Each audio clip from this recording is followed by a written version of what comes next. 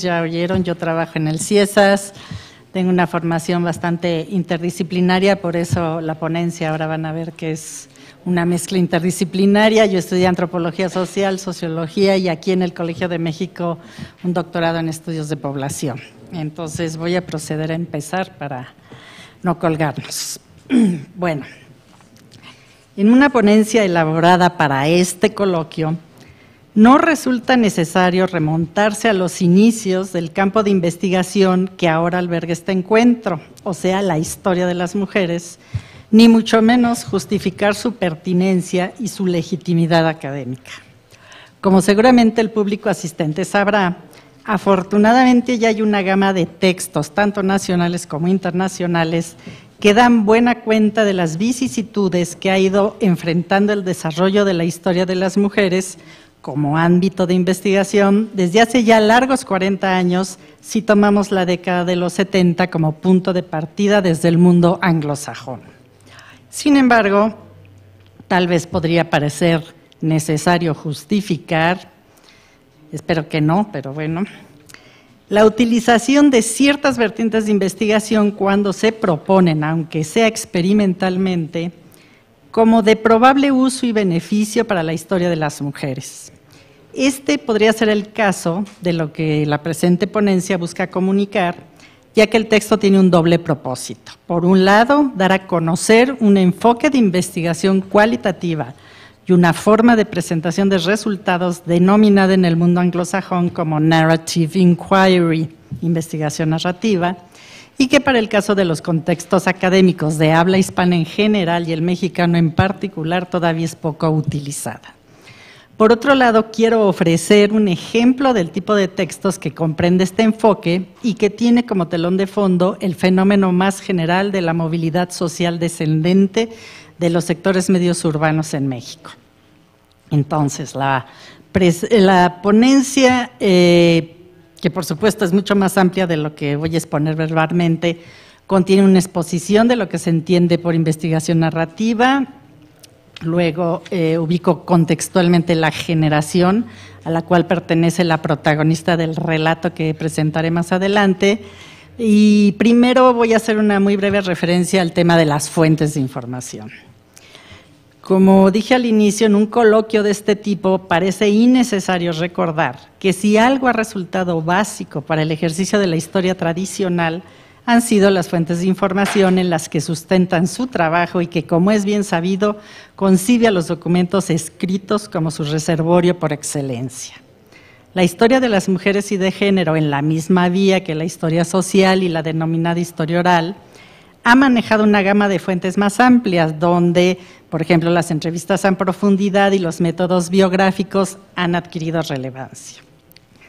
En esta tónica de una concepción heterodoxa que busca vías exploratorias alternativas, la presente propuesta se centra en la ya referida investigación narrativa, que al caracterizarse por su interdisciplinariedad, echa mano también de una variedad de fuentes, tanto escritas como autogeneradas.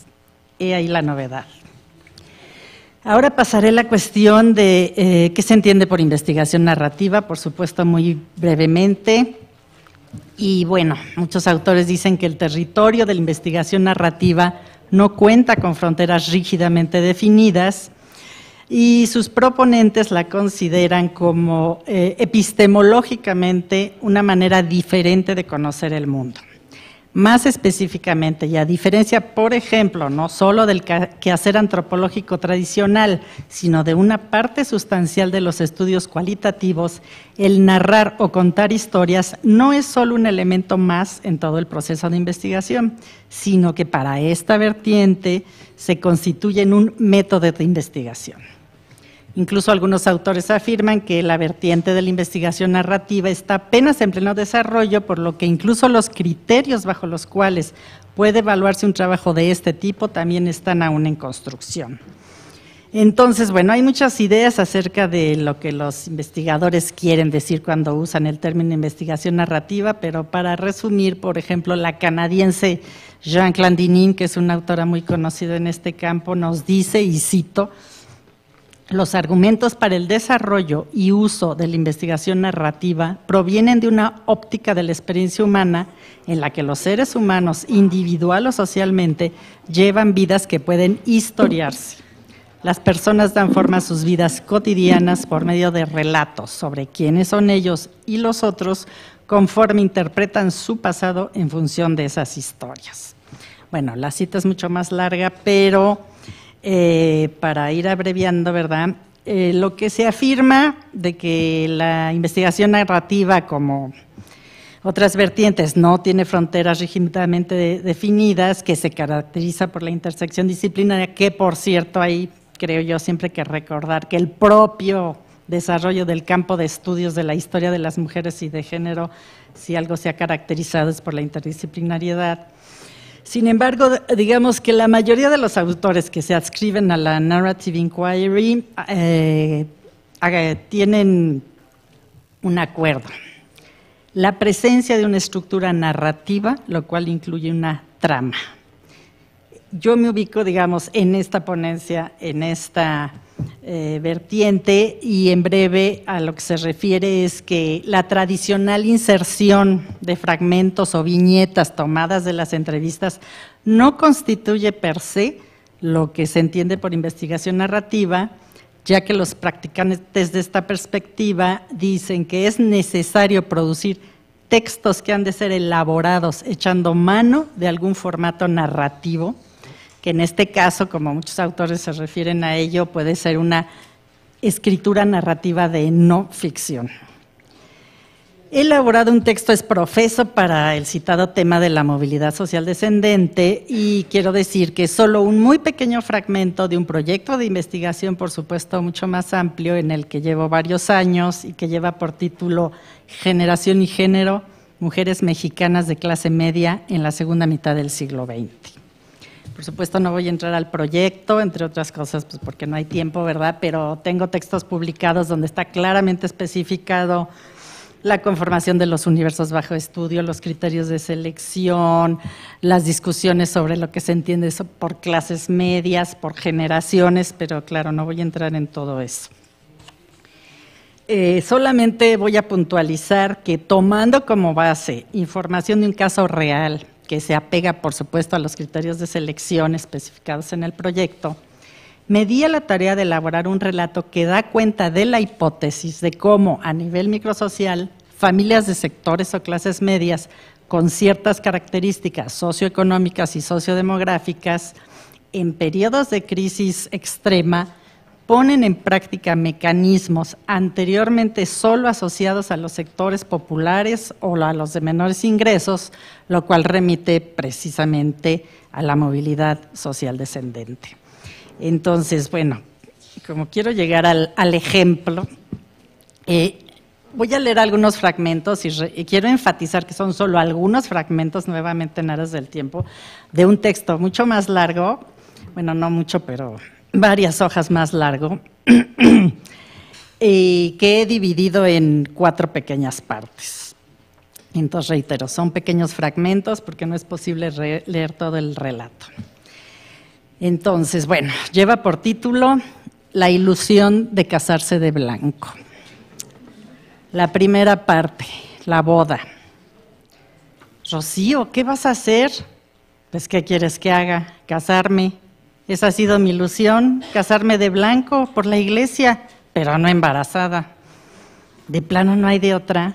Si apenas ya andas saliendo con el cuate, ¿cómo te vas a casar así tan de repente? Yo creo que todavía estás enamorada de Jorge, duraste años con él.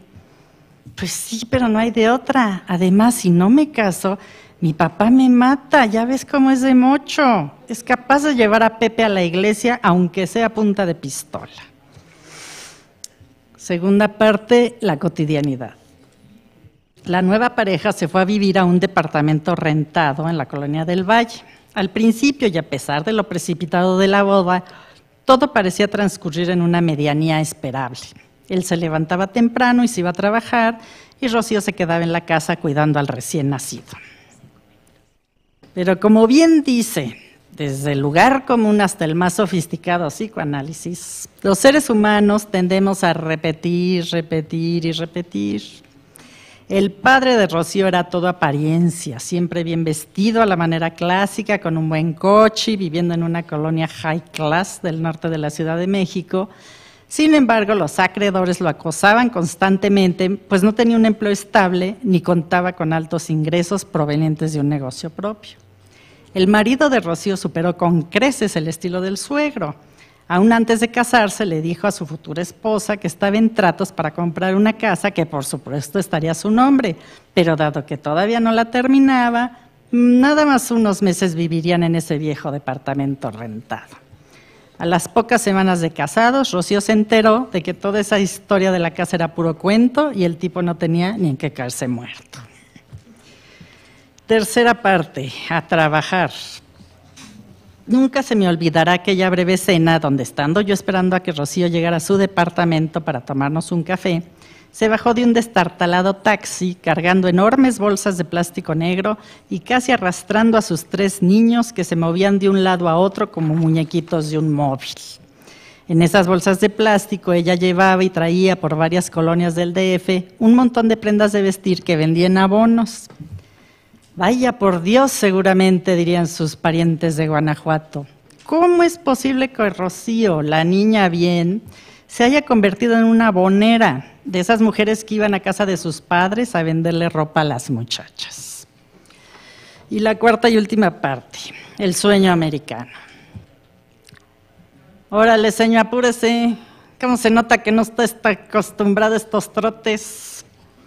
En plena madrugada, con solo un pequeño resplandor plateado que la luna tenía bien proporcionarles, las 15 personas trataban de caminar lo más rápido posible, sin correr y sin hacer ruido, les había dicho el pollero, esquivando piedras y hoyos. Yo sentía que el corazón me latía tan fuerte que se me iba a salir. Entre los nervios y el miedo, ha sido una de las noches más raras y peligrosas que he pasado en mi vida, contaba Rocío. Después de dejar en Campeche a sus 3 hijos adolescentes al cargo del papá, Rocío se dirigió a Celaya y no le quedó de otra que irse a refugiar a casa de sus padres. Se sentía verdaderamente atrapada en la vida. Divorciarse, eso quería, pero sus catoliquísimos padres se oponían y le afirmaban que su papel de esposa y madre era aguantar al marido. Establecerse en Celaya con sus padres, no, me decía Rocío, sería la comidilla y el hazmerreír del pueblo. Vivir sola en la Ciudad de México, aunque pudiera irse al DF y trabajar en lo que fuera, viviría permanentemente con el miedo de que Pepe la buscara y hasta llegar a golpearla. La única alternativa que Rocío veía era alejarse lo más posible de todo. Rocío hablaba inglés, podía darse a entender y hasta conversar. Decidió ir a probar suerte a los Estados Unidos. Pequeño detalle, no tenía ni pasaporte ni visa. El solo hecho de pensar en obtener ambos documentos la hacía angustiarse todavía más. Como no tenía ni trabajo ni una cuenta bancaria a su nombre, seguro que la embajada no le iba a dar la visa. Por eso se le hizo más fácil contactar a algún pollero, que en Guanajuato abundan, y arreglarse con él para que la pasara al otro lado. Por fin, ya en los Estados Unidos, primero consiguió un empleo típico de las mujeres ilegales, hacer el aseo en casas particulares. Con el tiempo, Rocío logró sacar alguna ventaja de su background de clase media. Como sabía mucho más inglés que la mayoría de los migrantes y como sabía manejar un coche, rápidamente se convirtió en una nani de lujo. Ya no hacía labores de limpieza, vivía en una casota, tenía un cuarto propio, llevaba a los niños a la escuela en un Mercedes-Benz, les hacía comida saludable y por las tardes les ayudaba a hacer las tareas. Y además rápidamente aprendió a usar la computadora.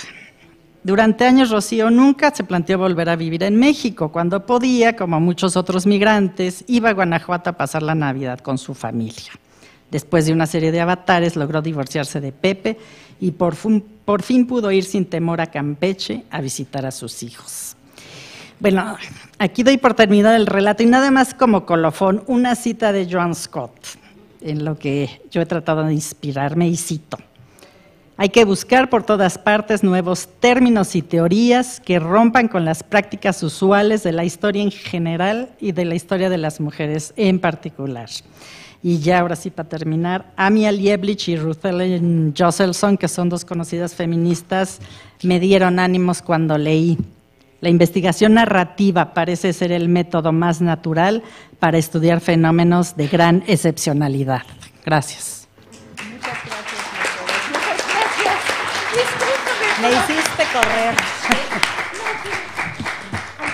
Discúlpame, pero Gabriela me dijo que cada uno debe tener 15 minutos para que se... 20. Ya nos habían 20. dicho 20, por eso corrí, pero bueno. Oh. 20. ¿Quieres decir otra cosa? No. Es ok, Ay, no sabía. no hay problema. Pero Dijo 15. ahorita, Es que a nosotros nos dijeron 20, pero bueno. Pero aquí... Don't worry. Entonces, ¿vamos a dar 20? sí. En el mensaje que nos llegó fueron 15-20, o sea, Y aquí 15. Entonces, van entre 15 y 20. Y discúlpame mucho. Ok. Y puede decir más en la conversación después. Ok. Blanca Susana Vega Martínez, de la Universidad Autónoma de Zacatecas, va a presentar una ponencia sobre el uso de las historias de vida en una institución geriátrica Asilar. Ajá. asilar con maestras jubiladas. Muchas gracias. Sí, Blanca. gracias. Gracias, buenas tardes. Bueno, mi nombre es Blanca Susana Vega, yo soy estudiante del doctorado en Humanidades en la Universidad Autónoma de Zacatecas y lo que les vengo a presentar ahora es la parte metodológica de mi tesis doctoral. Bueno, este trabajo está enmarcado dentro de una investigación doctoral que ya se encuentra en su última etapa y que en ella se analiza la identidad docente y el proceso de envejecimiento en 3 maestras albergadas en una casa denominada la Casa Hogar del Maestro Jubilado en la capital de San Luis Potosí. Esta casa da albergue solamente a maestros normalistas, en su mayoría son maestras desde la fundación hasta la fecha. Sí, tiene ya 27 años de su fundación y debido a la feminización en el magisterio, pues la mayoría han sido mujeres las que han vivido ahí. El objetivo de este texto es exponer de manera reflexiva los problemas metodológicos y éticos que se encararon en esta investigación. La realización de entrevistas a profundidad que se hicieron para la construcción de las historias de vida fueron con maestras septuagenarias y octogenarias institucionalizadas. Ellas prácticamente no salen de la institución, a menos que algún familiar las lleve a pasear, como lo es en una casa hogar. La investigación cualitativa ha representado un método factible para introducirse a las experiencias y problemas de los sujetos no reconocidos, como ya ha sido las mujeres y las minorías sociales. Sin embargo, muy pocas veces se ha trabajado con sujetos que tienen alguna incapacidad, alguna enfermedad, o bien aquellos que se encuentran en albergues o instituciones, como es el caso. Las historias de vida en esta investigación sirvieron como puente para escuchar las voces de mujeres triplemente invisibles por sus condiciones sociales, es decir, ser mujer jubilada, anciana y estar en un contexto asilar. Algunas de las dificultades que se encararon en esta investigación son las que a continuación voy a comentar. Penetrar en una casa hogar para ancianos implica, entre otras cosas, tener la capacidad y la disponibilidad de observar, escuchar, sentir y oler lo que sucede dentro de la institución y sus albergados. No solo se trata de ir a investigar desde un punto meramente académico, ya que el trabajo con sujetos mayores implica además estar con ellos e interesarse más allá de los propósitos de la investigación, es decir, estar al pendiente de la fragilidad de su vida, de la ética que representa indagar sobre su intimidad y privacidad y sobre todo tener la pertinencia de acercarse a ellos sin ser considerado una molestia o una intromisión. Se trata también de advertir que se está escuchando una vida endeble con un progresivo deterioro físico y o cognitivo, tener en cuenta que los participantes pueden en cualquier momento fallecer, olvidar su colaboración con el proyecto debido a su deterioro o simplemente desistir de las entrevistas por sus cambiantes estados de ánimo. En mi caso, en este caso de la investigación, durante el proceso se tuvo la pérdida de dos maestras, una de ellas falleció y la otra ya no quiso continuar con las entrevistas debido a un accidente que tuvo, cayó en una depresión posoperatoria y ya decidió desistir. Las dificultades al momento de entrevistar a mujeres mayores y los problemas que surgen al momento de estar en ese trabajo de campo, como primer aspecto fue la dependencia. Para Pilar Rodríguez, la dependencia es la dificultad o la imposibilidad para realizar ciertas tareas cotidianas a las que la literatura gerontológica ha identificado como básicas, es decir, levantarse, acostarse de la cama, vestirse, desvestirse, caminar, alimentarse, asearse, mantener el control de esfínteres, o las instrumentales como cocinar, limpiar la casa, lavar, hacer compras, controlar la medicación, utilizar transporte, etcétera. Este fue uno de los primeros dificultades que se tuvo al entrevistar a las maestras. Una segunda parte fue la poca capacidad auditiva. En ocasiones las entrevistas, las conversaciones tuvieron que realizarse a gritos, ya que su capacidad auditiva era muy poca, por lo que no había posibilidad de hacerlo de otra manera.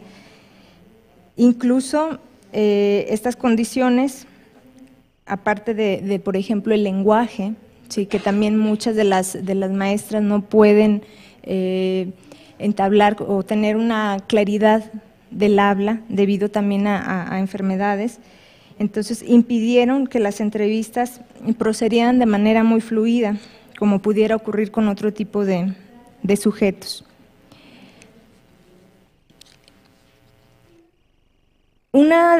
Otras de las dificultades o de las consideraciones que hay que tener en cuenta es el contexto en el que se está trabajando, ¿sí? Trabajar en una casa hogar es un lugar lleno de nostalgias y tristezas. A pesar de que no son las mismas circunstancias las que llevan a cada persona a recluirse en una casa hogar, la mayoría de ellas se presentan o están en condiciones de dependencias, ya dependen de otros para poder continuar su vida. Un tercero, ya no sé en cuál vamos, un tercer elemento es los olores, es decir, el investigador debe de estar dispuesto, y esto yo lo he escuchado muchas veces, por eso es que lo estoy plasmando aquí. Muchas personas no toleran llegar a una casa hogar y dar cuenta de cómo es que viven las personas en ella, ¿no? Entonces, el investigador debe de estar dispuesto a introducirse a un ambiente lleno de olores despedidos por las mismas entrevistadas y el ambiente en que se encuentran. Si bien no todas las maestras atraviesan la misma situación, hay algunas que por su estado físico y su dependencia tienden a desprender olores poco agradables. Incluso hay que estar prevenido para presenciar la exposición de su cuerpo desnudo ante nosotros, ya que las albergadas con alguna dependencia a causa de su enfermedad se les asea en ocasiones con la puerta abierta de su habitación dejando expuesto su cuerpo, o bien al pasar por el sanitario se les exhibe mientras se les está bañando. Es entonces en estos entornos donde el investigador debe estar dispuesto a trabajar y debe de estar advertido que de lo que presenciará serán despojos de la autonomía de los sujetos. En este sentido, me surgieron a mí muchas preguntas que me llevaron a encaminarme a la cuestión ética, ¿sí? Una de las primeras preguntas al llegar al trabajo de campo fue ¿cómo realizar una historia de vida con mujeres mayores? ¿Cómo acercarse a ellas sin tocar puntos endebles de su larga vida? El temor principal fue tocar aspectos de la vida de las maestras no resueltos, es decir, dolorosos y que por ser hablados en ese momento no tuvieran el tiempo necesario para asimilarlos debido a su edad. En otras palabras, ser responsable de remover un pasado con sucesos tristes estaba presente a lo largo de las entrevistas. Mirzo y Síquez ya han abordado este tema y ellas mencionan que es un área muy riesgosa abordar aspectos íntimos. Y cito, tal vez los sociólogos deberían de ser más realistas y aceptar que no pueden mantener siempre la distancia y la ausencia de implicación que querían. Lo que sí parece existir es una responsabilidad que deberíamos reconocer, una responsabilidad humana básica respecto a los demás. No deberíamos provocar situaciones cuyas consecuencias no somos capaces de prever. Cierro la cita. En este sentido, concuerdo con las autoras, ya que la palabra dicha representa para el sujeto que la dice una forma de entrega de sí mismo al otro, de confianza. Imprescindiblemente es una cuestión ética. Si bien el investigador no puede mantener una distancia de los temas penosos de los entrevistados, sí puede prever que preguntas que lleven a una autopercepción o autorreflexión dolorosa de la vida del sujeto. Con las maestras en la vejez fue de suma importancia prever dichas situaciones, ya que su vida se encontraba tan frágil que éticamente parecía sin sentido ahondar en temas dolorosos sabiendo que no se tiene el tiempo necesario para reorganizar y reestructurar la vida de tantos años. En este sentido, Plummer menciona que la ética debe de ser un enfoque individualista tipo laissez-faire, sin otra responsabilidad que la conciencia del investigador, y que la ética debe de ser elaborada creativamente en cada situación concreta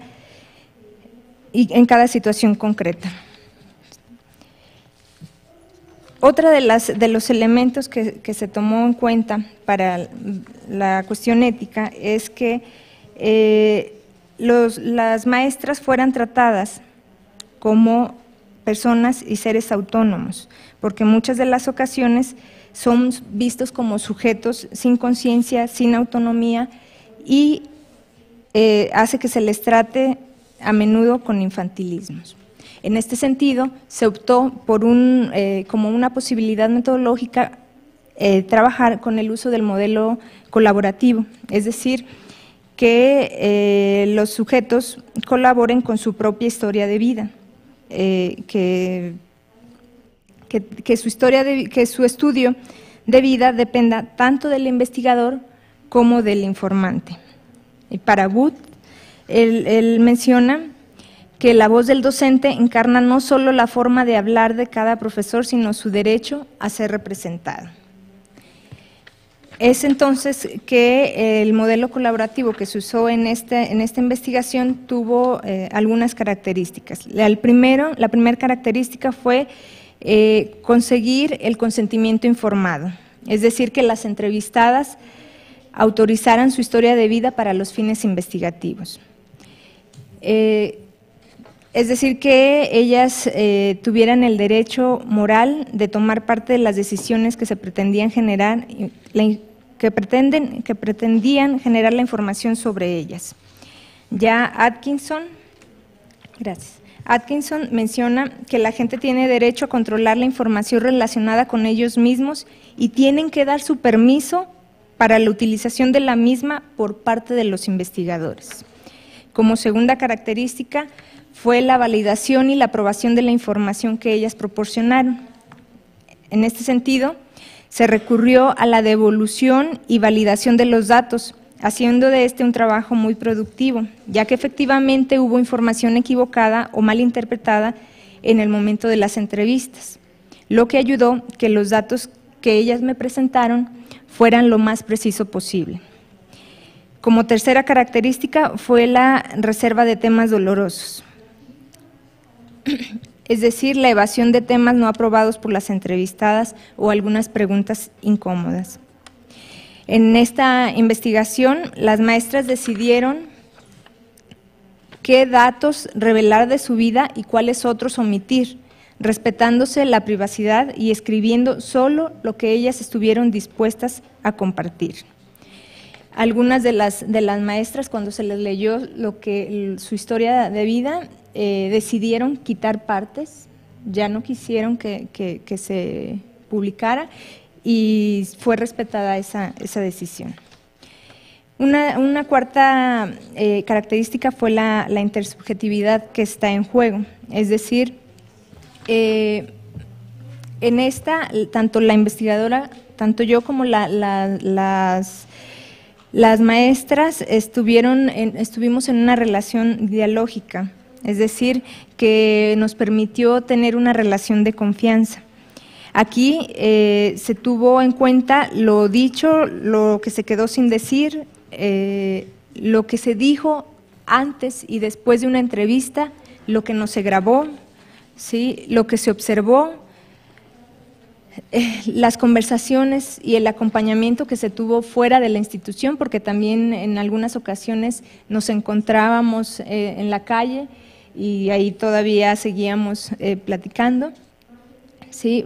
Este modelo fue un proceso extenso que exigió mucho tiempo, puesto que se tuvo que leer pausadamente cada una de las entrevistas y eso requirió 2 o 3 sesiones más para su validación. Se cierra el tema dando cuenta de que las historias trabajadas estuvieron situadas entre subjetividades y diversidades, entre el pasado y presente, memoria y olvido, dando como resultado una interesante mezcla de experiencias entre la investigadora y las participantes que muestran las implicaciones tanto individuales como colectivas que suelen presentarse en una investigación social. Sería todo.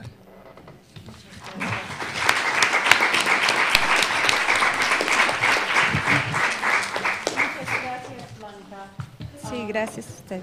Y hay varios aquí en el público que también tienen cuestiones, investigan cuestiones de la gente mayor, que puede ser una buena conversación. Ya Karin Tinat, y conocemos a ella ya, va a presentar una ponencia. Ella es coordinadora del programa de la mujer, género.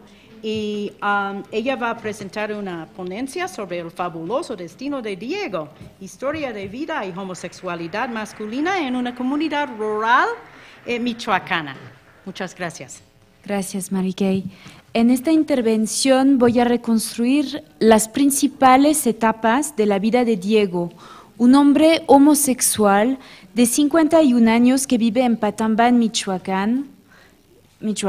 Después de describir el contexto sociocultural, explicaré cómo surgió Diego mientras estaba en pleno trabajo de campo y cómo se decidió grabar una historia de vida con él. Esta situación bastante inédita, donde el informante pide al investigador que se interese por él, plantea cuestiones metodológicas. Estas no se separan del contenido mismo de las entrevistas, que son la materia prima para la futura construcción de la historia de vida. Primero, el contexto de investigación. Patambán es un pueblo del estado de Michoacán situado en la Sierra Purépecha. La ciudad más cercana, Zamora, se alcanza en 1 hora de transportes. Patambán ya no es el pueblo aislado como antes y es permeado por múltiples procesos de modernización, de los cuales uno de los más importantes es la migración hacia Estados Unidos. Según el último censo, Patambán contaba con 3.600 habitantes. Esta cifra no es exacta ni estable, dado que muchos patambeños van al otro lado de manera ilegal en su mayoría. Desde la crisis económica mundial de 2008, numerosos son los que han vuelto al pueblo y para trabajar en lo que sea. Las 2 actividades principales de los hombres de la comunidad son la agricultura y la construcción. Las mujeres, por su parte, se dedican al hogar, venden comida en la plaza o producen alfarería utilitaria en el corral de sus casas. Patambán es uno de los pueblos michoacanos más reconocidos por su tradición alfarera. Al lado de esta costumbre, que remonta a los tiempos prehispánicos, resisten algunos signos de la cultura purépecha que se aprecian a través de las grandes festividades. Nunca faltan un desfile de guares por las calles o un baile de viejitos en Patambán. Luego pasaré a los aspectos metodológicos. Desde hace 7 años realizo trabajo de campo en Patambán. De octubre de 2005 a junio de 2007 hice una etnografía general del pueblo con observación participante y entrevistas a profundidad.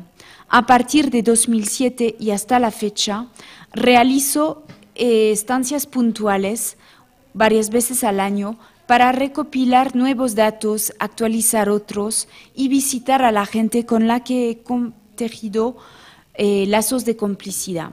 Un día de junio de 2009, durante el baile de la fiesta de San Pedro, un hombre me abordó. Ya te conozco, te he visto muchas veces en el pueblo, sé que eres antropóloga y quisiera que escribieras un libro sobre mi vida. En ese mismo momento me asombré y balbuceé. Sabes, es difícil escribir un libro, si quieres lo hablamos. Al día siguiente me reencontraba con este hombre, quien me volvía a expresar sus ganas de que alguien escribiera su vida de homosexual en el pueblo. Acordamos de empezar 3 meses después a grabar entrevistas sobre partes de su vida. Recurro al seudónimo de Diego para hablar de este hombre. Cuando lo conocí tenía 47 años, hoy se acerca a los 51. Entre septiembre de 2009 y abril de 2012 realicé unas 60 horas de entrevista a profundidad con Diego, lo que representa unas 800 páginas de transcripción. Asimismo, compartí muchos momentos de la vida cotidiana con Diego. Me enseñó cómo hacer alfarería, su profesión de siempre. Vimos partidos de fútbol en la televisión, lo ayudé a maquillarse antes de ir a bailar, lo acompañé a casa de la experta en brujerías para escuchar lecturas de cartas. Frente a esta situación de campo, lo que quiero decir es que se plantearon, debo hacer varias precisiones de orden metodológico. 1, decidí no preparar ninguna pregunta antes de escucharlo. Quería dejar que hablara lo más libremente posible. Quería entender lo que él consideraba tan importante contarme. Nunca un informante se había impuesto a mí así y debo confesar que era muy dubitativa. El primer encuentro me había dejado la impresión que juzgaba su propia vida como extraordinaria, digna de un largo relato, y yo por mi lado temía que él inventara la mitad o más, que la fabulosa historia de Diego no fuera más que una gran fábula.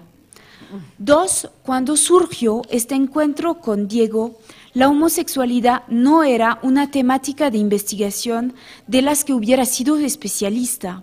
Aún así, me hacía ruido sentir que Diego me quería contar una historia maravillosa cuando sabía que muchos hombres evitaban realizar tareas de mujeres por miedo a ser vistos maricones.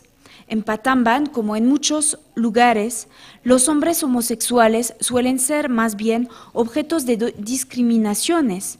La comunidad solamente acepta y reconoce como normas la heterosexualidad y el ejercicio de la sexualidad dentro del matrimonio. Me dejé llevar por el relato de Diego y esta experiencia me confirmó una vez más que para realizar una buena historia de vida es imprescindible que el binomio investigador-informante tome su tiempo. Diego siempre se mostró preciso y detallado en sus descripciones, reconstruyendo diálogos con la gente, enseñándome espacios en el pueblo donde se había acostado con tal u otra persona. Las narraciones,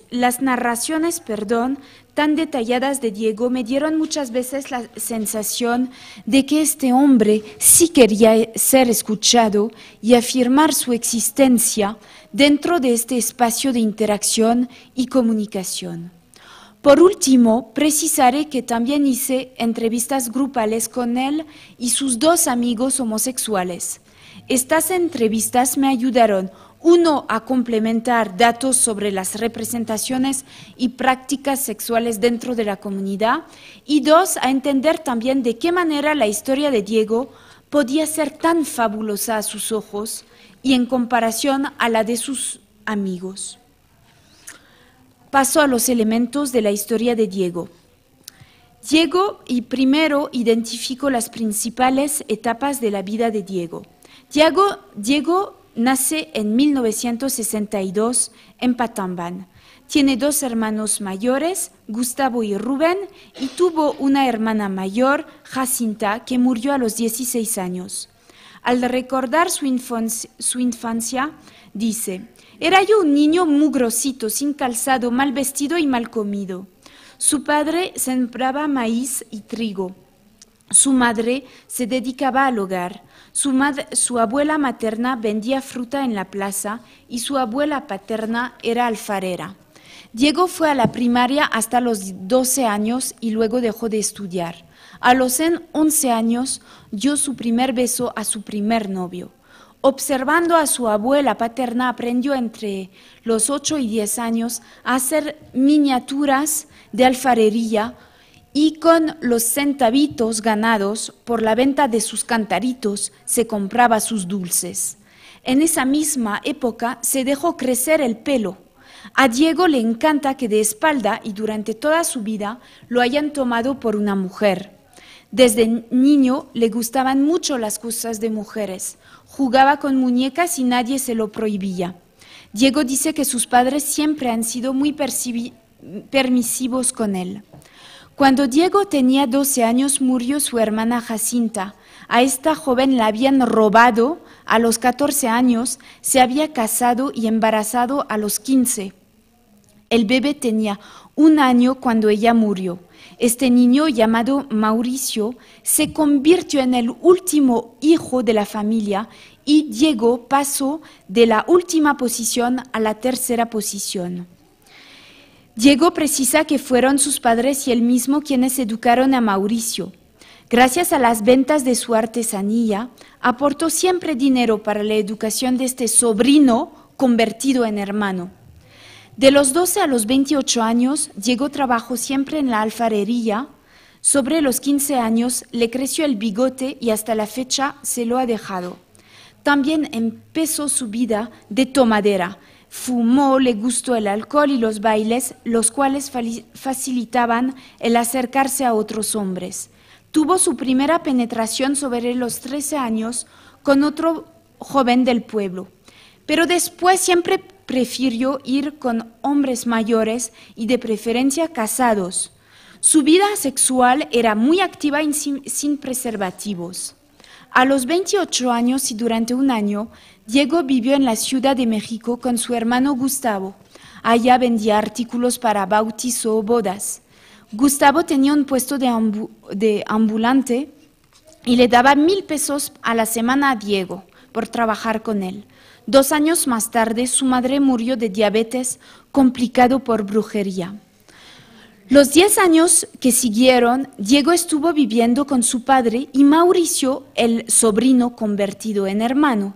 Empezó a cocinar, lavar, barrer. A Diego nunca le han gustado las tareas domésticas porque es un trabajo que cansa mucho y que no paga. Durante este periodo, Diego ganó un concurso de artesanía en Uruapan. Siempre colaboró para los gastos de la casa. Diego seguía yendo a muchos bailes y tenía muchos amantes. Cuando Diego tenía 41 años, su padre se enfermó. Estuvo a punto de morirse y se recuperó.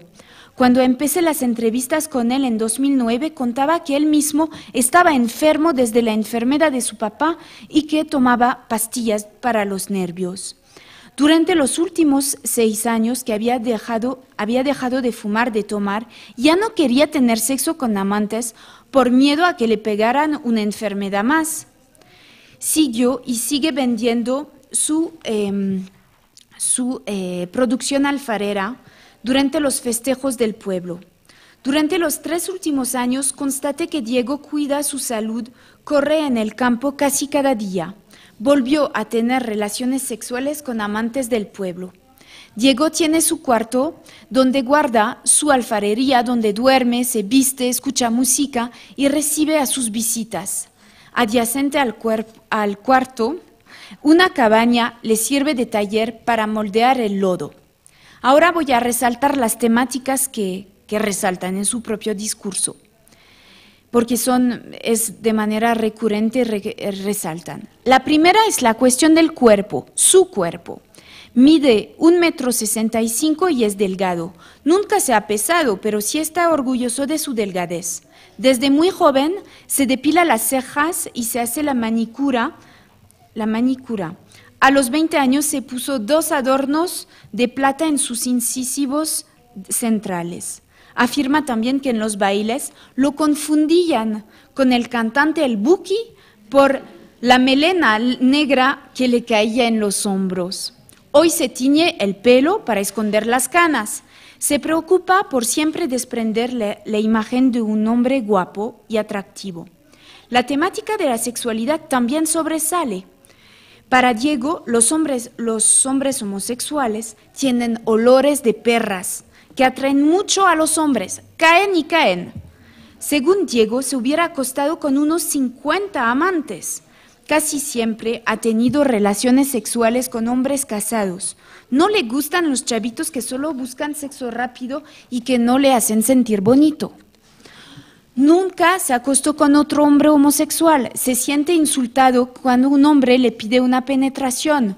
Yo recibo, no doy. Somos jotos para buscar hombres. A mí no me gustan los jotos, puros hombres casados, con músculos y vellos en el torso. Sin saberlo, también habla de identidades de género. Siempre ha querido tener un cuerpo de hombre con bigote, pero que de espaldas pase por un cuerpo de mujer. En los bailes a veces viste camisas ajustadas de mujer. Busca ser penetrado tal como una mujer.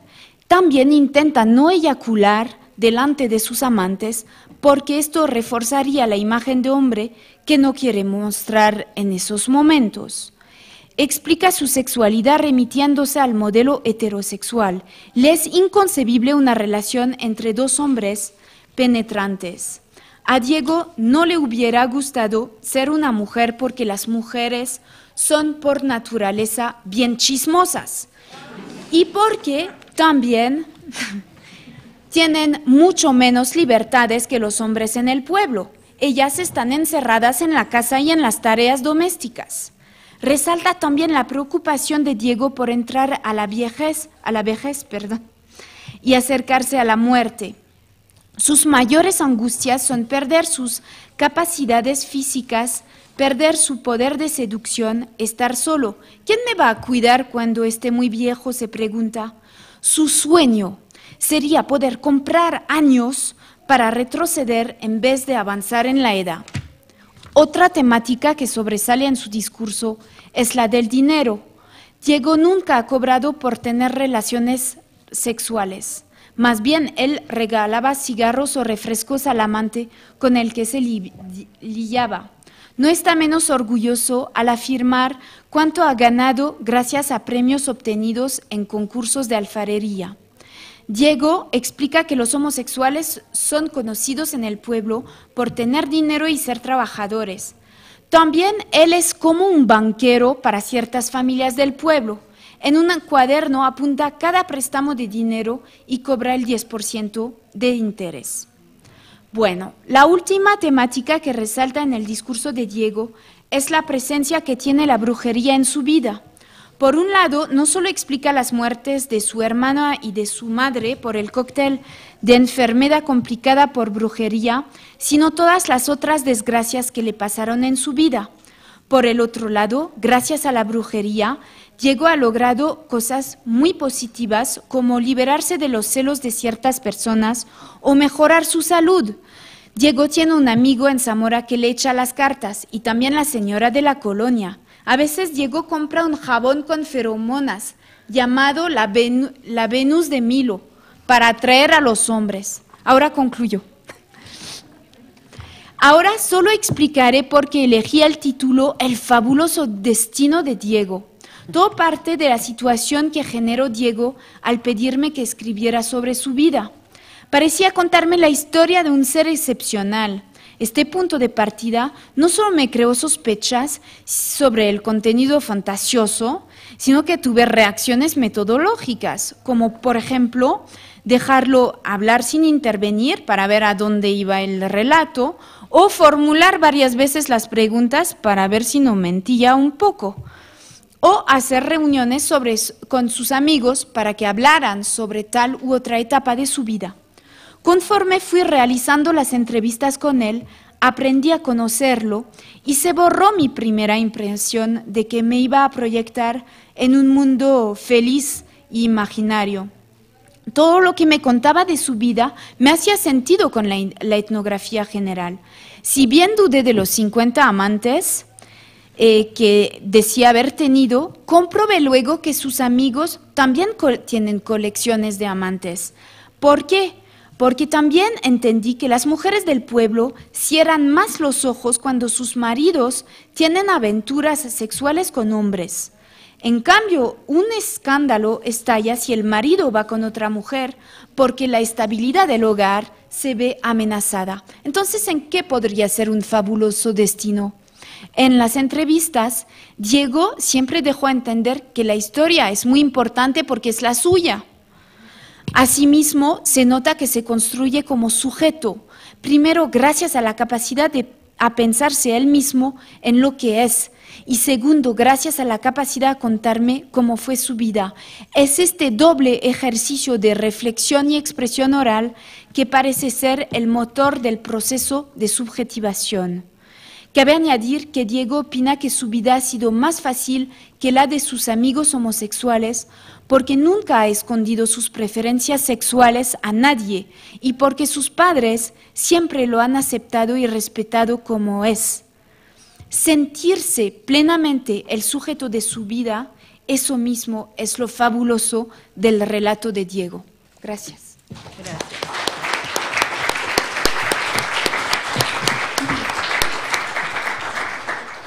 Muchas gracias, Karin. Ya vamos a escuchar a Marcela López Arellano, que está terminando su doctorado en la Universidad Autónoma de Aguascalientes y también Ciesas, o única en Aguascalientes. En Aguascalientes. En Aguascalientes, sobre Anita Brenner, que también es de Aguascalientes. Y el título de la ponencia es Género y Escritura Autobiográfica, análisis de la primera narrativa autobiográfica publicada de Anita Brenner como escritora judía. Muchas gracias. Buenas tardes. La primera vez que escuché sobre un judío, me lo pintaron como un diablo con cuernos y con cola. En México, donde nací, se acostumbra a quemar al Judas en el Sábado Santo. En esta ponencia presento el análisis de una narrativa autobiográfica que Anita Brenner escribió en 1925, cuando tenía 19 años, para un concurso sobre historias personales convocado por el periódico judío de Nueva York, The Jewish Daily Forward. De este artículo, en el cual ella escribió sobre su infancia en Aguascalientes, la Revolución Mexicana y su llegada a Texas en 1916, solo examino lo que narró de su ámbito familiar, los elementos de su educación, su identificación con el judaísmo y el impacto que tuvo la revolución en la vida de su familia. Desde la perspectiva de género, tomo como base el concepto de experiencia a partir de las formulaciones que han hecho las historiadoras Joan Scott y Kathleen Canning. Scott señala que al ver se conoce y al escribirlo se transmite la experiencia. Y para Canning, la experiencia es una forma de dar significado a los eventos cuando suceden y propone tener siempre la doble visión del texto y el contexto. Desde la metodología de cultura escrita, el historiador Antonio Castillo propone estudiar la escritura como una práctica social. Así, cada tipo de escritura implica un acercamiento diferente. desde el momento histórico del escritor, el lector al que fue dirigido, su posible intención, las revisiones editoriales de que fue objeto y el contexto social, cultural e histórico en que se produjo. Identifico el artículo de Anita Brenner publicado en el Forward como un escrito autobiográfico que, de acuerdo a Philippe Lejeune, es un relato retrospectivo en prosa que una persona hace de su propia existencia, poniendo énfasis en su vida individual y, en particular, en la historia de su personalidad. Anita Brenner escribió su artículo desde la posición de una mujer inmigrante judía. Para entender este texto, tomo las propuestas de William Wellhauer, quien señala que estas autobiografías organizan dos sistemas culturales, y de Zhao Ling Cynthia Wong, quien destaca la importancia de los lectores para estos escritores.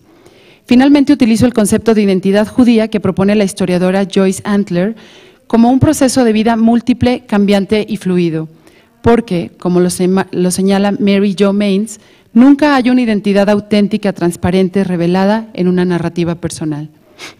Anita Brenner, Nueva York y la prensa judía. Anita Brenner nació en la ciudad de Aguascalientes, México, en 1905. Sus padres, Isidoro y Paula Brenner, eran inmigrantes judíos de Letonia que arribaron a los Estados Unidos a finales del siglo XIX y en 1900 decidieron buscar trabajo en Aguascalientes. Vivieron allí hasta 1916, cuando huyeron a Texas por la Revolución Mexicana. Anita estudió la secundaria y la preparatoria en San Antonio, Texas.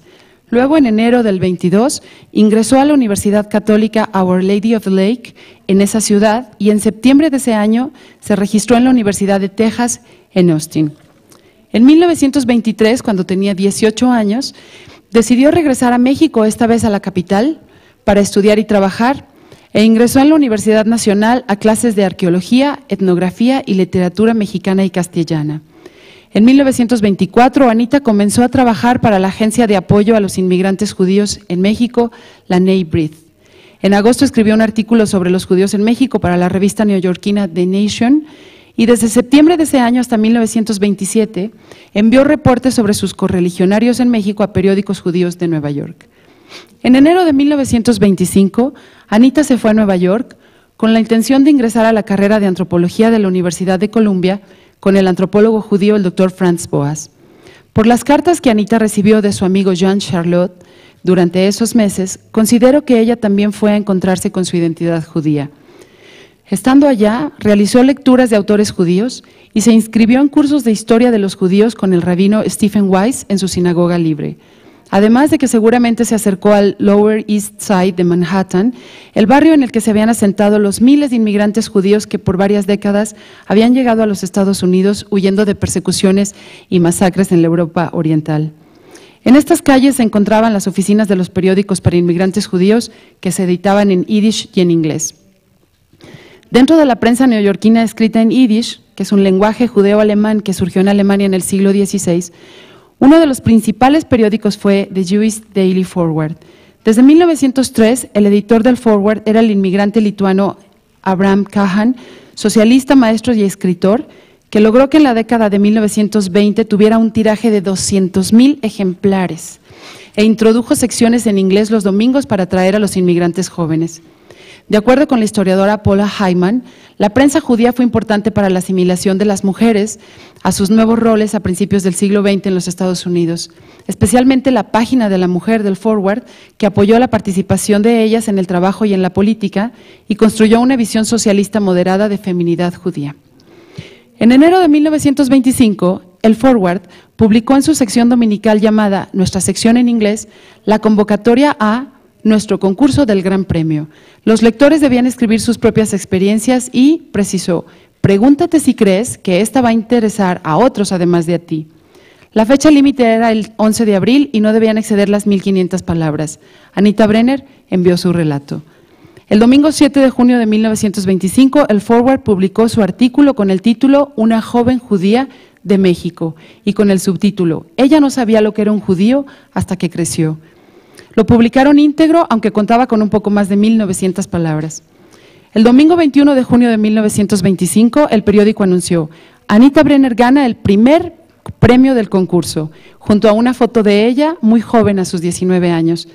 El Forward añadió que una joven judía nacida en México y educada en una universidad católica de Texas había ganado el certamen y señaló, cito, La historia de la señorita Brenner ganó por su tema intensamente interesante y por su excelente estilo. Ella tenía una historia que contar sobre su vida judía y sus experiencias en un mundo desconocido para casi todos nosotros.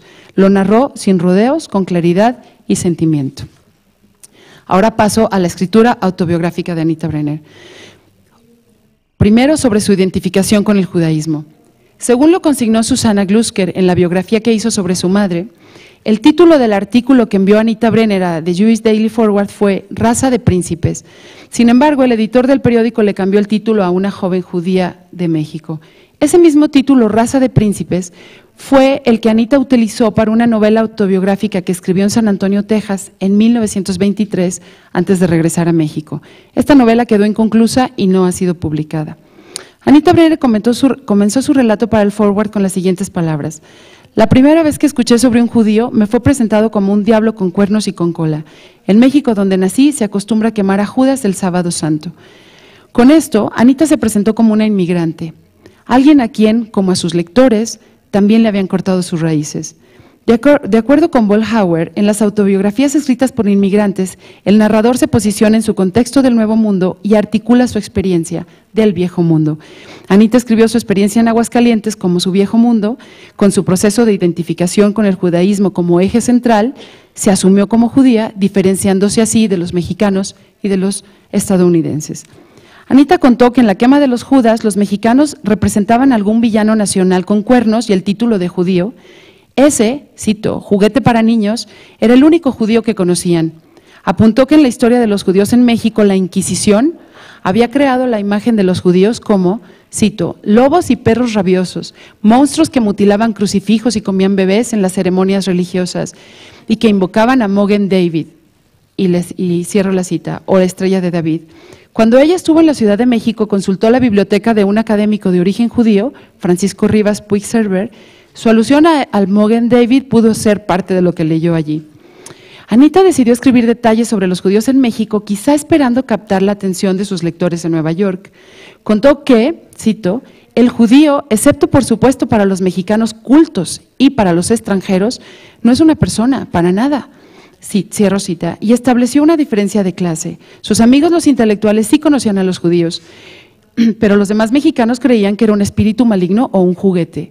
Y añadió, cito, por ello hubiera sido peligroso y ridículo para mi padre identificarse como cualquiera de ellos.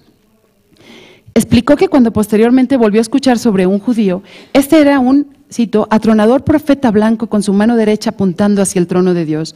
Cierro cita. Sobre esto, en su novela autobiográfica de 1923, Anita relató que sobre el piano de su casa había una pintura con hombres con túnicas blancas con brazos levantados que eran los grandes profetas. Anita narró a sus lectores que cuando descubrió a los profetas ya sabía leer, quizá tenía entre 7 y 8 años, y dijo que prefería inventar historias sobre los profetas a resolver los problemas matemáticos en, cito, la misión presbiteriana a la que fui a la escuela, que era la escuela para extranjeros a la que asistió en Aguascalientes. En su novela autobiográfica Raza de Príncipes, Anita escribió que, cito, ella sabía que algún día se irían a The States, en donde había buenas escuelas, nuestra propia gente y futuro para los niños. Cierro cita. Indicó así el interés de su familia por regresar a los Estados Unidos. En su narración para el Forward sobre su niñez en Aguascalientes, relató que la única persona que ella realmente había respetado había sido, cito, Anacleto, un arriero con la nariz rota que manejaba el carro de mulas, que pasaba por la ventana del salón donde yo practicaba el piano y que ocasionalmente paraba su atajo de mulas y escuchaba. Cierro cita. Expresó que él la esperaba fuera de la escuela para conversar, que le había explicado que un israelita era un judío y que, cito, cambió los demonios en príncipes para mí. Expuso así que un campesino mexicano era quien sabía sobre los judíos en México. Es interesante notar que Anita mencionó su piano tanto en su novela del 1923 como en su artículo del 25. Así expuso el interés de sus padres en la formación de sus hijos, ya que de acuerdo con Holly Snyder, para las familias judías la educación era primordial y si tenían posibilidades económicas añadían clases como idiomas y música. Paula Hyman también señala que la mayoría de los inmigrantes judíos de Europa Oriental deseaban las comodidades de la clase media y las madres acomodaron a sus familias a esas condiciones de vida. En su historia, Anita también expuso la enseñanza de su familia sobre la alimentación, según el judaísmo. Escribió que de niña pensaba que toda la gente descendía de los profetas y que nadie debía comer puerco, aunque señaló que no había podido convencer a, cito, Anacleto, de dejar sus crispy chicharrones. Cierro cita. Y añadió: me negué a una suculenta chuleta de puerco de nuestros propios cerdos para el almuerzo y me negué también a explicar mi abstinencia. Cierro. Mostró que conocía qué comidas estaban permitidas y cuáles prohibidas, a pesar de vivir en un país lejano y extraño a estas reglas. Paula Hyman destaca que en el proceso de asimilación a una nueva cultura, las madres judías preservaron y transmitieron la moralidad tradicional y la educación religiosa a los niños. Anita hizo visibles elementos de su educación familiar sin mencionar a su madre. Expuso a sus lectores su pertenencia e identidad judía, explicó cómo conoció a los judíos, qué aprendió en su casa y cómo fue su proceso de identificación con los judíos como grupo étnico principalmente. La historiadora Joyce Antler señala que luego de analizar autobiografías de mujeres judías, advirtió que ellas eligieron identificarse con valores judíos particulares o con instituciones en las que descubrieron un significado.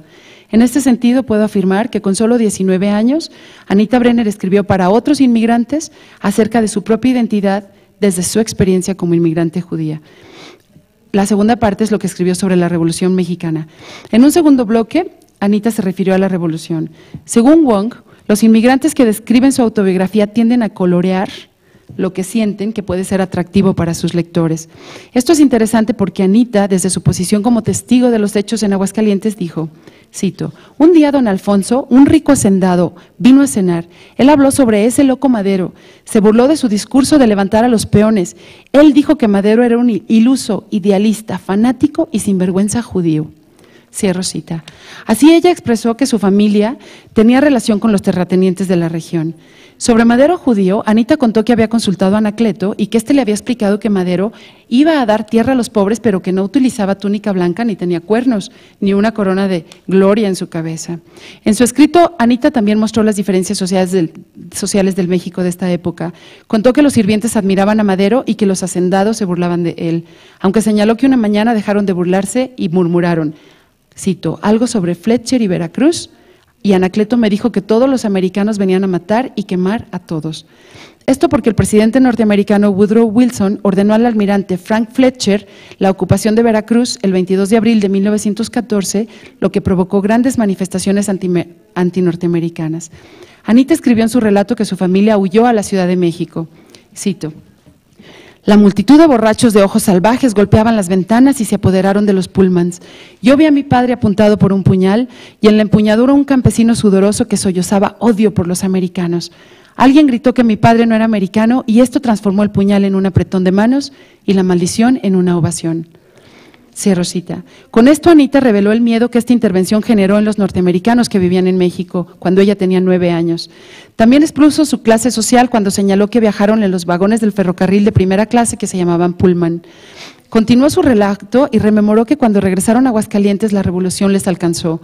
Cito, llegó con gemidos y toques de corneta, llegó con hambre y mujeres flacas que se arrancaban el pelo unas a otras y maldecían. Llegó con el rugir de los cañones sacudiendo la casa y con los sirvientes y las vacas berreando. Villa galopó por la avenida rodeado por una guardia de grandes indios broncíneos con arcos largos en sus brazos y con capas rojas sobre sus espaldas. Anita no explicó a sus lectores quién era Villa. Tal vez supuso que ellos sabían quién había sido este caudillo revolucionario. Ella lo vio cuando tenía 8 y 9 años, en 1914 cuando llegó para la Soberana Convención Revolucionaria y en 1915 cuando él se estableció con su cuartel militar en esta ciudad. Al final del espacio que dedicó a la Revolución Mexicana, Anita relató a los inmigrantes judíos que su familia había abandonado México casi al final de la lucha, marcando el viaje como un parteaguas, como señala Bollhauer, rompiendo el texto autobiográfico del inmigrante en dos. Los Brenner se fueron en 1916. Anita tenía 11 años y refirió sus recuerdos. Cito, nuestras vacas y caballos se habían ido. El rancho era un desorden de trincheras. Los cultivos eran lodo hecho de tierra negra y sangre de ternera y hombres. Mi hermano mayor permaneció en su escuela en la ciudad capital. Nosotros viajamos por 2 días en un sudor de soldados, mujeres, 4 niños llorosos y Otelo, un pesado perro Terranova. Cerro cita. Describió los estragos que la guerra causó en las propiedades de su padre y cómo su familia, asustada, llorosa y con su perro a cuestas, hicieron el viaje hacia la frontera norte del país. Esta vez ya no iban en pullman, sino mezclados con los demás pasajeros. Y marcó con este viaje la división entre su relato del viejo mundo y lo que encontró en su nuevo mundo. Concluyó. Anita Brenner escribió su narración autobiográfica para lectores judíos inmigrantes en Nueva York. Decidió utilizar el espacio para el periódico de Jewish Daily Forward que el periódico brindaba para las mujeres y puso en práctica su vocación de escritora y contó su propia historia con solo 19 años. Escribió como muchos otros inmigrantes sobre su viejo mundo y su encuentro con el nuevo, lo que vivió y el grupo étnico con el que decidió identificarse. Su posición fue de protagonista, que presentó sus espacios culturales y en el proceso buscó su propia identidad, en consonancia con lo que señala Mary Jo Maines, de que nunca se revela una identidad transparente. Anita se presentó como una judía convencida de su identidad y por ello acentuó los rasgos que la identificaban con ellos, en tanto que silenció otras dimensiones de sí misma. Gracias. Muchas gracias.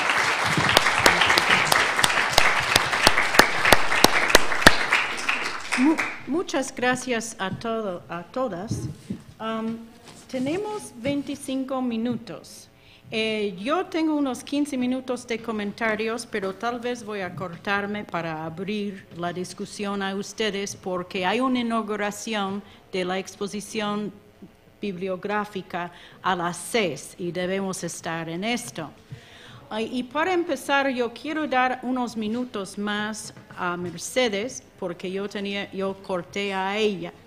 Y Mercedes, si puedes, yo quiero preguntarte algo yo quiero preguntarte algo sobre tu metodología para que entiendo mejor y para que todos entiendan un poco mejor. Rocío participa en un grupo de mujeres que están escribiendo sus autobiografías, ¿correcto? Ahorita explico. Ok. ¿Ya? Sí. Bueno, qué bueno que me preguntas eso porque, bueno, rápido porque yo prefiero ir a América. Sí tuve que correr un poquito, pero bueno, no importa. Creo que en vez de entrar al rollo que creo que no es necesario de reivindicar, porque en algunos foros ha sido necesario el estudio de las clases medias, de los sectores medios, creo que aquí no hay esa inquietud. Lo que tú me preguntas tiene que ver con algo que ya no pude decir. En efecto, yo elaboré este texto en un espacio que es un taller de autobiografía. Ese taller de autobiografía, bueno, hay una persona que es la que convocó y la que funge como maestra y de hecho digamos que es una escritora profesional. Las otras personas que están ahí se ajustan, debo decir, casualmente, porque no fue mi intención original, pero los dioses me favorecieron y entonces a los criterios de selección de mi proyecto de investigación de ser mujeres de clase media, universitarias y muy importante para mí, de cierta generación, en este momento sin entrar a eso y de manera muy simple, personas que nacen en un periodo histórico determinado y que es más o menos a mitad de la década, a mitad de los años del siglo XX, a los 50. Entonces, digamos, entre comillas, la novedad es que en vez de, como hemos visto aquí, que uno va tradicionalmente, entrevista a las personas, más, menos, por ponerlo muy simple, en vez de entrevistar a las personas, las mujeres escriben su propia autobiografía. Claro, para eso se necesita, uno, que quieran, que tengan una mínima habilidad de escribir, ¿verdad? Y claro, para eso es el taller, porque uno aprende. Yo creo que es cierto que ser escritor es una cosa. Acá no pretendemos ser escritoras, pero sí desarrollar ciertas habilidades y la maestra, digamos, da ciertas líneas. Este caso de esta persona que yo le puse en el texto Rocío y que, bueno, el nombre es lo de menos, no es un nombre real, pero da lo de menos, existe y forma parte de mi primera parte, digamos, del proyecto de investigación. O sea, es una persona que yo entrevisté, pero la que escribe esto soy yo. Pero la que escribe esto soy yo. Pero Yo tengo muchos otros textos relativamente breves de estas mujeres sobre temas, el chiste es escribir sobre temas comunes. Por ejemplo, yo quiero dar cuenta de la infancia de las mujeres de clase media en la década 1950-1960. ¿Por qué? Pues porque en esa época eran niñas, ¿no? Niñas de clase media que iban a colegios particulares. Entonces ese es el tema general y entonces ya cada quien escribe sobre eso, pero pues lo que quiere. Y a lo mejor una destaca la relación con su maestra de geografía y otra que estaba en un colegio de monjas y odiaba a las monjas, y otra que estaba en una escuela bilingüe y pues era un poco diferente porque era laica, bilingüe, mixta, etcétera. Entonces no sé si queda claro que, por eso yo decía, en vez de las tradicionales, y conste que no me estoy pronunciando en contra, es simplemente una vía a explorar en vez de las tradicionales. Y entonces fulanito dijo, acá es darle un tratamiento, entre comillas, un poco más narrativo, con la idea también, a lo mejor no se logra, de hacerlo un poquito más atractivo para un público más amplio, que no sea un público académico de capillas cerradas donde los libros se quedan embodegados en la UNAM y en la UAM y en todos lados, ¿verdad? Entonces, que sea una herramienta. Yo no estoy pretendiendo que sea la única, sino que sea como, puede ser una herramienta entre las tradicionales que todo el mundo conocemos, como yo les digo a mis alumnos, la Santísima Trinidad de la antropología es trabajo de campo, entrevistas a profundidad, observación participante. Se supone que todos hacemos más o menos eso, ¿no? Y esto es, pues, un poco, a mí me ha interesado porque siento que le da un aire un poco diferente a las cosas. No sé si contesté tu pregunta. Sí, muchas gracias, porque no entendí. Entonces, ya algunas cosas que voy a decir no van a tener relevancia. Yo voy a intentar responder más a lo que acabas de explicar, porque es muy interesante. Y también yo creo que debo pararme, voy a ir rápido y voy a pararme cuando parece que debemos abrir la discusión a ustedes. Muchas gracias por estas ponencias. Quiero pensar en todos juntos y poner enfrente de todos unas observaciones y preguntas. Cuando decidimos elaborar las historias orales, las historias de vida, la autobiografía o la biografía, tenemos que preguntar como investigadoras o investigadores, ¿por qué estamos documentando esta experiencia de esta persona? ¿Qué pensamos nosotros es el significado sociológico, histórico de esta experiencia personal? Tenemos que estar claros en relación al significado, a nuestros objetivos y al público a que estamos dirigiendo nuestro estudio, porque estas respuestas van a determinar también nuestras metodologías. Las ponencias son excelentes y sugerentes, pero no estoy muy clara en el propósito de construir estas narrativas. ¿Para qué están construyendo estas narrativas? Y déjame ir a mis preguntas. Por ejemplo, Karin nos relata la historia maravillosa y es maravillosa de Diego porque él quiere impartir esta historia, pero esto no es suficiente razón para Karin ni para Diego. ¿Qué es el significativo de esta historia para Diego y para Karin? Obviamente es algo que ellos están descubriendo juntos a través de las entrevistas, pero las respuestas a estas preguntas van a determinar cómo la historia se escribe para publicarse, en qué lenguaje académico o social se va a escribir y a qué público se dirige este relato. Y en el caso de Mercedes, ya estoy entendiendo mejor la metodología, pero quiero empezar preguntando lo siguiente. ¿Es la historia de Rocío forma parte de una historia más amplia de la clase media de una generación nacido en los primeros años de los 50 en la Ciudad de México. Y quiero saber si el intento de esta historia de Rocío es para mostrar una diferencia en la historia de otras explicaciones de las estrategias adoptadas en el manejo de la crisis económica de los años 80. En la ponencia ella habla de otros trabajos de sociología que hablan de cómo la clase media reduce sus gastos en la familia o cómo muchos van a trabajar empleo extradoméstica. A mí me parece que una de las cosas muy interesantes de la historia de Rocío es que da una perspectiva muy femenina sobre la crisis de los 80, porque muestra cómo las relaciones desiguales de género y las convenciones sociales conservadoras y la responsabilidad para los niños limitaran las opciones de las mujeres, en el caso de Rocío, en la respuesta a esta crisis de los 80. Yo no sé si esto es el significativo, pero es mi pregunta, ¿por qué estamos en esta historia?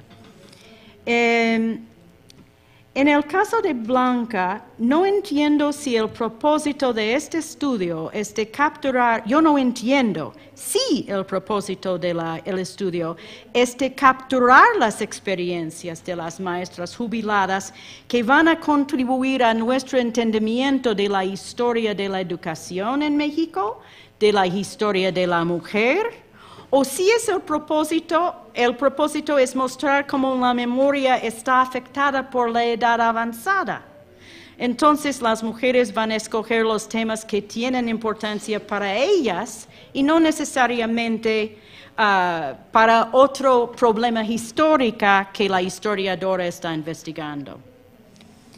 En el caso de Marcela, pienso que el análisis del ensayo de Anita Brenner en el Jewish Forward es muy interesante porque indica que judía era la identidad de una mujer que iba a dedicar unos años más tarde su vida a la mexicanidad, su vida a una identidad muy mexicana, casi indigenista, sí es indigenista, pero mi pregunta es, ¿cómo forma parte del estudio total de Marcela este ensayo de Anita Brenner? Es decir, la relación entre el ensayo en Nueva York sobre su identidad judía y después su libro, Ídolos tras los altares, este libro que verdaderamente es el anuncio de México romántico folclorista de los años 20.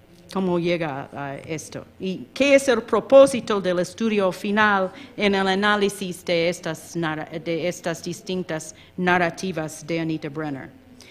Antes de enfocarme en las explicaciones, soluciones y estrategias metodológicas que estas ponencias describen y son muy ricos, permítame enfatizar que los problemas de contar, grabar y escribir la experiencia son fundamentales a las metodologías que escogimos. Sabemos estas cosas, nunca se puede comunicar una experiencia del pasado como estaba experimentada en la vida, es imposible. Está siempre filtrada por el tiempo, por las experiencias subsecuentes, por la edad, es decir, por los caprichos y los propósitos de la memoria. También está filtrada por el contexto en cual está contada, la entrevista con el investigador, la entrevista o discusión colectiva, como pasa con Diego y Karin en Michoacán, o tal vez en esto de Blanca con las mujeres maestras. Las reglas de escribir, cómo va a influenciar cómo se hace la memoria en el caso de Anita Brenner o en el caso de Rocío, es decir, Mercedes está escribiendo una historia, esto es unos pasos afuera de la experiencia misma de la persona. Quiero enfatizar aquí también la importancia de la intersubjetividad para nosotros que trabajamos con las personas vivas o muertas. Se puede desarrollar en el estudio una fuerte interpenetración de las subjetividades entre yo y la persona que estoy investigando. Recientemente terminé una biografía de un pintor mexicano, más o menos de mi misma edad, y tengo que confesar que la narrativa que hemos construido de su vida es distinto de lo original que él me contó, y es distinto de la memoria mía que yo tenía cuando empecé el libro. Es decir, que hay esta cuestión de intersubjetividad que es inevitable, yo creo, o es importante tomar en cuenta cuando estamos haciendo este tipo de investigación. En las ponencias, las investigadoras nos presentan con un número de estrategias y problemas para capturar la experiencia a través de la memoria. Karin se ha abierto a Diego y a todo lo que él quiere decirle. Ha disfrutado las fiestas y los juegos de fútbol con él, ha entrevistado a él con sus amigos, ha visitado a su bruja. Ha practicado la observación participante de una antropóloga. Blanca no puede hacer esto. Su metodología de entrevistar a las maestras jubiladas en un asilo, su metodología toma en cuenta las limitaciones que enfrenta. La pérdida de las facultades, yo sé muy bien, de las mujeres ya grandes, las agresiones de la institución hacia los cuerpos y las mentes de estas mujeres, la posibilidad de herir las emociones frágiles de las mujeres con sus preguntas. Mientras que Karin habla con un hombre quien tiene una narrativa clara de su vida, su inicio, su presente, su futuro, las maestras de Blanca ya no tienen la capacidad a crear una narrativa clara. Karin y Blanca enfrentan un problema en común, otro problema en común. La tendencia del sujeto a hablar mucho, de ir de detalle a detalle, sin mucha racionalización del pensamiento. Yo creo que Karin capta la riqueza del exceso de detalles porque da muchísima información de que la investigadora puede seleccionar o eliminar. Por supuesto, esto tiene que ver con el propósito de la investigadora y cómo la investigadora da sentido a esta vida, esta historia. También una cosa excelente de alguien que habla con detalle, es la posibilidad de archivar esto transcrito, porque otra gente que va a venir más tarde y ver estas memorias va a captar cosas de los detalles que la persona misma que va a escribir la historia no va a captar. Y como historiadoras sobre todo, tenemos que enfatizar qué importantes son estas memorias para nosotros, qué archivo estamos dejando a la historia. Ok, la condición de hablar, sin una estructura o propósito claro, a veces viene con la edad, pero también es una cuestión de la formación ideológica del sujeto.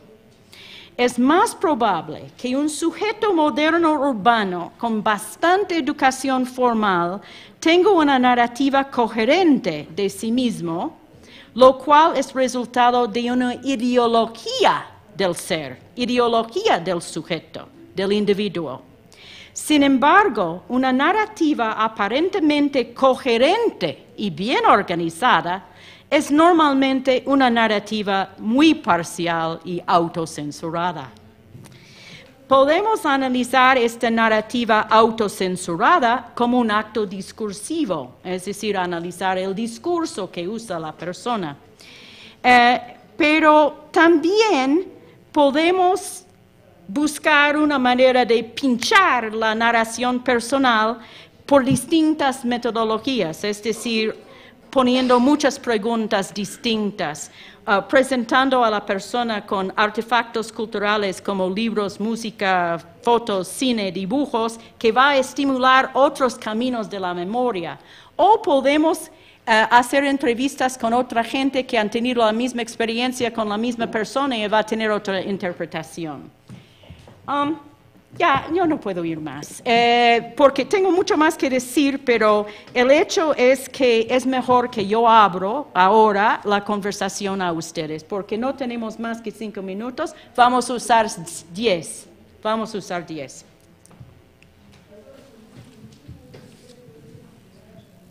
Lara. Bueno, para Mercedes me interesó mucho lo que dijiste en relación a la narrativa, pero me interesó más aún lo de la trama. ¿Cómo piensas construir o cómo has construido la trama? ¿Contesto o vamos a juntar preguntas? Ok, juntamos unos 3 o 4 y vamos rápido. Mi pregunta es para Blanca Susana. Yo conocí tu trabajo con la doctora Rojas sobre dispositivo y me llamaba la atención por qué no fue incluida en tu propuesta metodológica, porque le viene muy bien. Ya. Dos más. Para Karin, sobre la utilización de la categoría homosexual, cómo se construye discursivamente o cómo la elige. Yo veo que también en el discurso Diego habla sobre marica, ¿no? que también es una construcción identitaria y si la toma como una especie de dicotomía heterosexual-homosexual. Rápido, ok. Esta es una pregunta para las 4 y viene de la experiencia que yo tuve en hacer las memorias de mis 2 padres antes que se murieran, en que ellos quisieron contarme una cosa y lo hicieron. Pero yo quería saber otras cosas, porque a mí me interesa la historia de la mujer, por ejemplo, y a mi papá le dije, ¿y qué de mi abuela? No me has dicho nada. Ahí salió toda otra historia. Igual con mi mamá me quiso dar las memorias para que sus nietos supieran de un antecesor famoso hombre, pero yo lo que quería saber era la historia de las mujeres. Entonces, lo que salió al final no es lo que ellos quisieron darme, o digo, es eso y agregado lo que yo quise saber. Entonces, la pregunta es, ¿cómo manejan eso? ¿Ustedes se atreven a preguntar cosas que no es lo que ellos querían decirles? Porque a lo mejor para nosotros eso sería muy interesante, lo que va a salir de esa colaboración. Bueno. Francie, y ya vamos a cerrar. Gracias. Bueno, yo tenía una pregunta para Karin y solamente es que si Diego tenía alguna noticia de los mushi del Istmo de Tehuantepec, ¿no? Que suena muchísimo su situación muy semejante, si él conocía. Y para Marcela, me gustó muchísimo, habiendo tenido experiencias semejantes, ¿no? Que Anita Brenner, que aquí en México, claro, yo me hice judía estando ya acá, ¿no? Por las experiencias que tuve no tan agradables, pero es una religión muy patriarcal. Entonces me pregunto, como yo sentí que quería más saber, no solamente la búsqueda de su identidad judía, sino su identidad judía mujer, judía femenina, lo mencionaste, pero no lo sentí más desarrollado. Muchas gracias. Van a responder. ¿Cómo quieren ir en fila aquí? A ver, muy breve, porque ya tenemos como 30 segundos, ¿verdad? No, vamos a quedarnos unos 7 minutos. Bueno, yo decía en principio que, por ejemplo, es una manera diferente de presentar resultados, también de generar conocimiento, información. Entonces, por ejemplo, este tipo de narrativas, si uno las inscribe en un proyecto más tradicional, sociológico, antropológico, pues entonces, no sé, lo que te quiero decir es, sin entrar a discutir qué es trama o no trama, o argumento, etcétera, yo no pretendo, por supuesto, ni yo ni los alumnos de ciencias sociales, que nos convirtamos en escritores, en literatos, pues no. Pero sí, ¿por qué no? Si uno puede echar cierta mano de estos recursos narrativos literarios, claro, siempre y cuando hay que trabajarlos, hay que, etcétera, etcétera, ¿no? Pero es como tratar de armar un rompecabezas con metodologías más convencionales o más canónicas o más conocidas, y ¿por qué no ir agregando este tipo de vías, pues de momento todavía como medio alternativas y desconocidas, que por supuesto hay mucha gente así muy, yo diría muy rígida en ciencias sociales, que le parecen totalmente inválidas? yo espero que en el campo de estudios de la mujer, dado que sea justamente nutrido de chile dulce y masteca, la verdad, pues bueno, es un lugar donde puede caber, ¿no? Espero. Gracias. Bueno, efectivamente los comentarios de la doctora Maniquei sí iban más o menos por el propósito de mi investigación, sí era captar las experiencias de las maestras y que estuviera entre la historia de la educación y la historia de mujeres. Y bueno, nada más la pregunta del compañero, pues mi trabajo de maestría también fue más bien acompañamiento terapéutico a niños con cáncer en instituciones, en hospitales. También anduve metida en, como que va por ahí mi línea, ¿no? Trabajar con instituciones. Sin embargo, acá era bajo un enfoque psicoterapéutico. Acá es otra cosa, es historias de vida, va por otro lado, ¿no?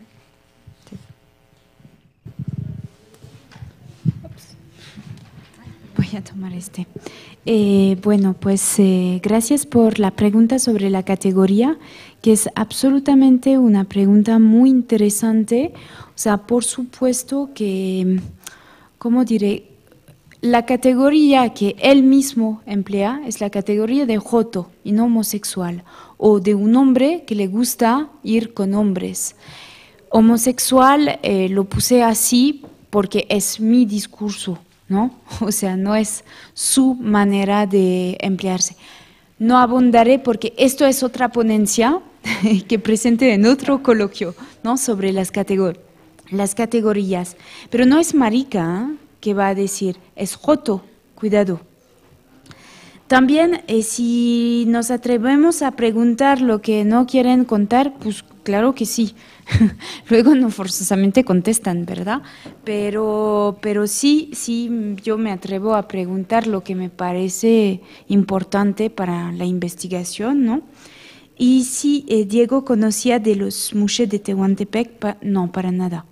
Para nada, hubiera sido interesante quizás hablar con él sobre el tema, etcétera. Pero quisiera reaccionar un poquito a lo que decía Maniquei, que me parece sumamente interesante a nivel metodológico. O sea, la pregunta fundamental, ¿por qué estamos documentando la vida de estas personas y que claramente no estamos documentándola porque nos la han pedido o porque ya salió la oportunidad, ¿no? En general, hacemos historias de vida sobre personas que son casos representativos de un grupo de la sociedad o no, porque justamente son excepciones a la regla, ¿no? Pero aún así, a veces, o sea, incluso esto es el punto central metodológico de mi encuentro con Diego, es que él dice, quiero que escribas un libro sobre mí. Y yo le digo, ¿sabes? Bueno, me emparo y digo, bueno, vamos a ver, si quieres te puedo escuchar, vamos a ver, y etcétera, ¿no? Yo no tenía ninguna, y todavía estoy un poco como delante de un dilema.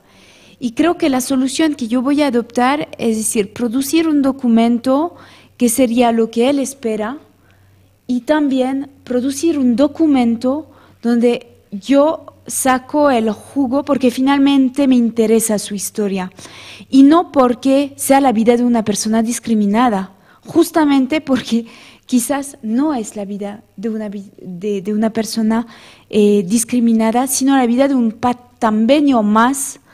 Bueno, habría que hablar, pero esto es un punto central y agradezco que esto esté en discusión también, ¿no? Y bueno, y sobre lo de la intersubjetividad, me parece sumamente interesante lo que apuntas también, porque efectivamente también quisiera decir que una persona, cuando la seguimos durante años, como lo estoy haciendo desde hace 4 años, la persona va evolucionando, pero también la relación con el informante va cambiando y es interesante interesarse por este otro punto metodológico, ¿no?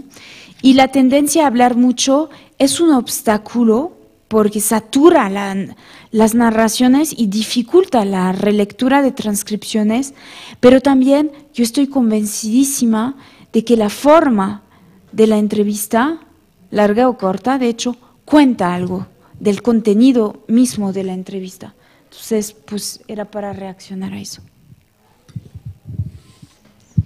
Gracias. Gracias que le interesó.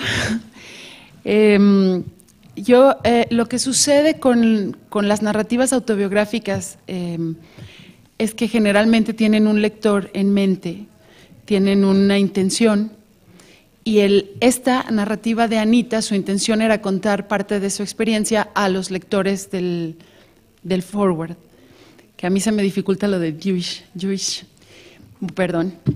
Entonces, lo interesante en mi proyecto, en mi trabajo de tesis, es que yo estoy analizando las narrativas de Anita a lo largo de su vida, las que yo me encontré en sus archivos.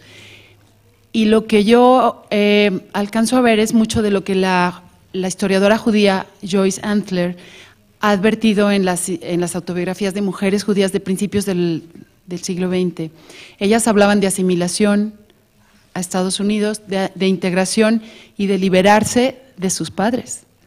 Ya fuera solo del padre, porque era el que las oprimía, o de la madre también, de lo que era la familia. Salirse de allí a otras ciudades, trabajar, lo que fuera. Yo creo que Anita Brenner, aparte en su propia vida, nos muestra eso, porque si a los 18 años logró el permiso de su padre para irse a México, el país justo se había terminado la revolución, y muchos de con los que ella platicó le dijeron que el país era un país incivilizado, bárbaro y tal, y ella consiguió el permiso, ¿no? Lo que yo he visto a lo largo del análisis de sus narrativas, tanto de sus diarios como de sus escritos publicados y otros no publicados, es que ella fue sumamente independiente, como algunas otras mujeres, ¿no? Había quienes, claro, se quedaron en su casa y no se animaron a zafarse, pero ella demostró a lo largo de sus años que ella hizo lo que quiso, ¿no? Y sí lo mostró luego en sus diarios. En sus diarios es donde ella habla de su padre, de liberarse de él y de luego depender de él para que le pague la colegiatura de la Universidad de Columbia, ¿no? Era muy caro. Pero ese juego entre quedarse dentro de la familia y salirse lo manifiesta mucho en los años 20. Bueno, muchas gracias. Yo digo que Anita Brenner no es feminista formal, pero en todas sus acciones es feminista. Sí, sí lo creo. Muchísimas gracias a todos y lástima que no hubo más tiempo.